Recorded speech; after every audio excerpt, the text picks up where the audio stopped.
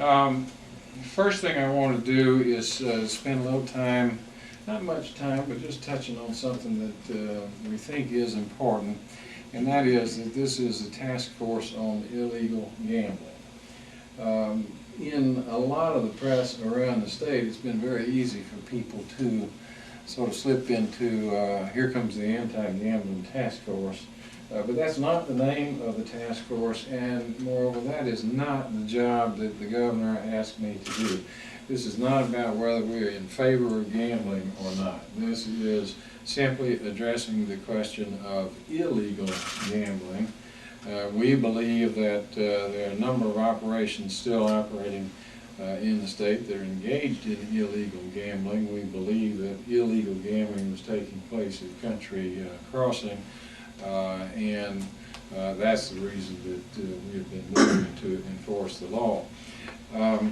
Frankly, I think the question of illegality helps to explain that this subject is far more important than simply the issue of gambling, because what we're talking about here fundamentally is the rule of law.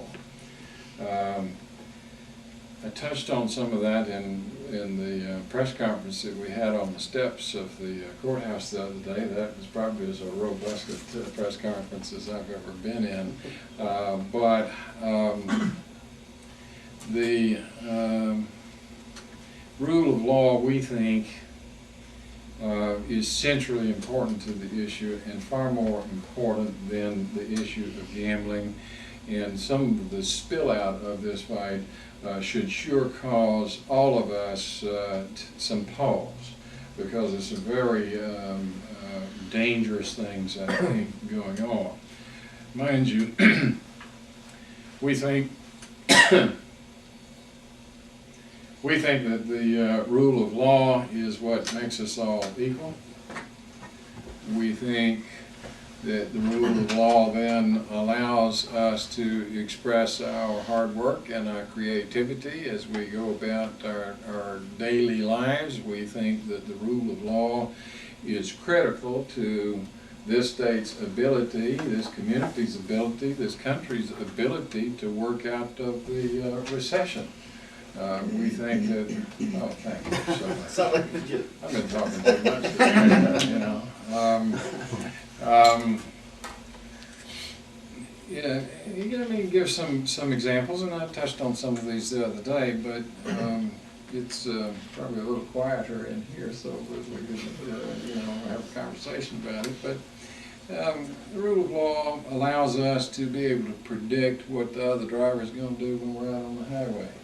Rule of law allows us to predict what a party to a contract that we might enter into is going to do. The rule of law allows us to predict almost everything we do, whether it have to do with relationships between husband and wife, has to do with whether or not we have free speech, freedom of religion, all of those sorts of things.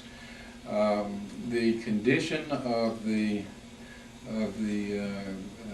state of illegal gambling in Alabama, specifically on the subject of so-called electronic bingo, is pretty clear. Electronic bingo in Alabama is illegal.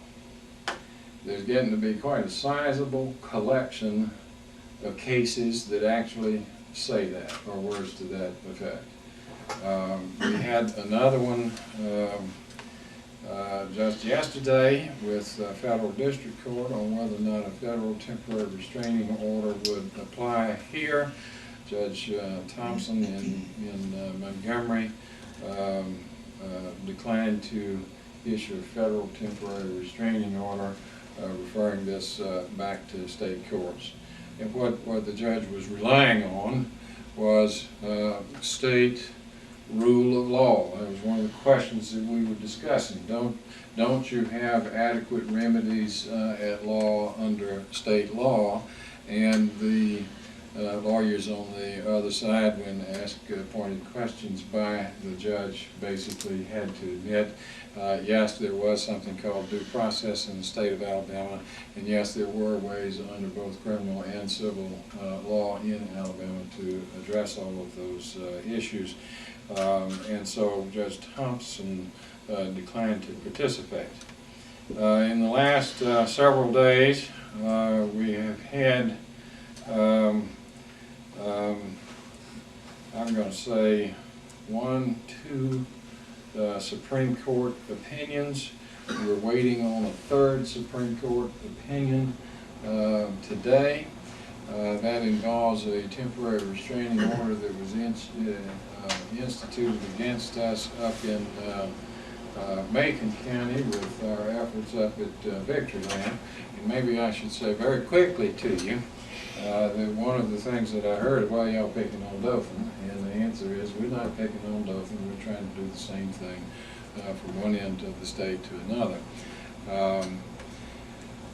We have exactly the same issues, and the judge over there issued the temporary restraining order, even though I read specifically from the decision affecting this community that they had no jurisdiction to interfere with an ongoing criminal, I'll say, process for criminal law enforcement activity.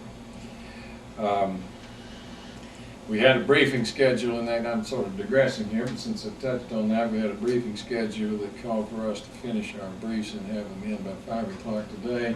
We turned them in earlier this morning, and we're waiting for a decision from the Supreme Court.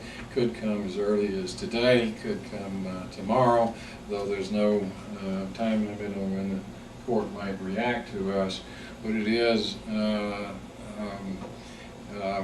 virtually exactly the same as the court decided in state court here in the Country Crossing controversy, and the same as Judge Thompson had to consider for the federal court temporary restraining order request.